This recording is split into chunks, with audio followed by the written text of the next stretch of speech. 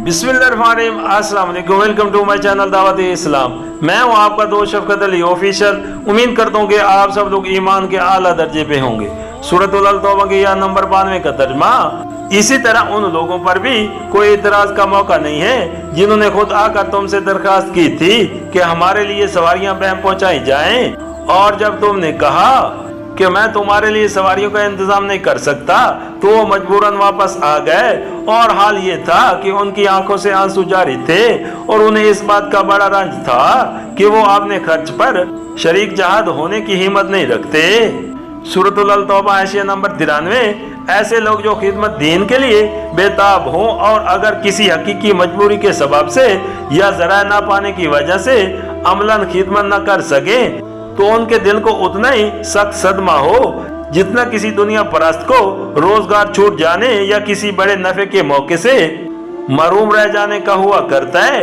उनका शुमार खुदा के यहाँ खिदमत अंजाम देने वालों ही में होगा, अगरचे उन्होंने अमलन कोई खिदमत अंजाम ना दी हो, इसलिए कि वो चाहे हाथ पांव से काम ना कर सके हो, लेकिन दिल से तो वो बरसर खिदमत ही रहे हैं। यही बात है जो ग़ज़वा तबूक से वापसी पर असना सफर में नबी करीम सल्लल्लाहु अलैहि वसल्लम ने अपने रफ़का को खताब करते हुए फरमाई थी कि मदीना में कुछ लोग ऐसे हैं कि तुमने कोई वादी तय नहीं की और कोई कूच नहीं किया जिसमें वो तुम्हारे साथ साथ न रहे हों। सहाबा कराम ने तअज्जुब से कहा, क्या मदीना ही में रहते हुए?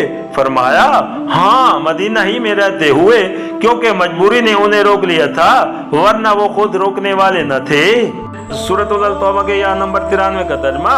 अलबत्ता एतराज उन लोगों पर है जो मालदार हैं और फिर भी तुमसे दरखास्तें करते हैं कि इन्हें शिरकत जहाज से माफ रखा जाए।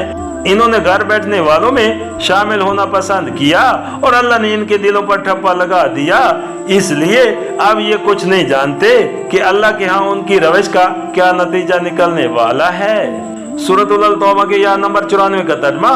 तुम जब पलटकर उनके पास पहुंचोगे तो ये तरह तरह के उज़रात पेश करेंगे, मगर तुम सिर्फ कह देना कि बहाने ना करो, हम तुम्हारी किसी बात का एतबार ना करेंगे। अल्लाह ने हमको तुम्हारे हालात बता दिए हैं, अब अल्लाह और उसका रसूल तुम्हारे तर्ज अमल को देखेगा, फिर तुम उसकी तरफ पलटाए जाओगे जो खुले और छुपे सबका जाने वाला है, और वो तुम्हें बता देगा कि तुम क्या करते रहे हो। सूरतुल अल तौबा के या नंबर 95 का तर्जुमा। तुम्हारी वापसी पर ये तुम्हारे सामने कसमें खाएंगे ताकि तुम इनसे सर्फ नजर करो, तो बेशक तुम इनसे सर्फ नजर ही कर लो, क्योंकि ये गंदगी है और इनका असली मकाम जहन्नम है जो इनकी कमाई के बदले में इन्हें नसीब होगी। सूरतुल अल तौबा हाशिया नंबर 94।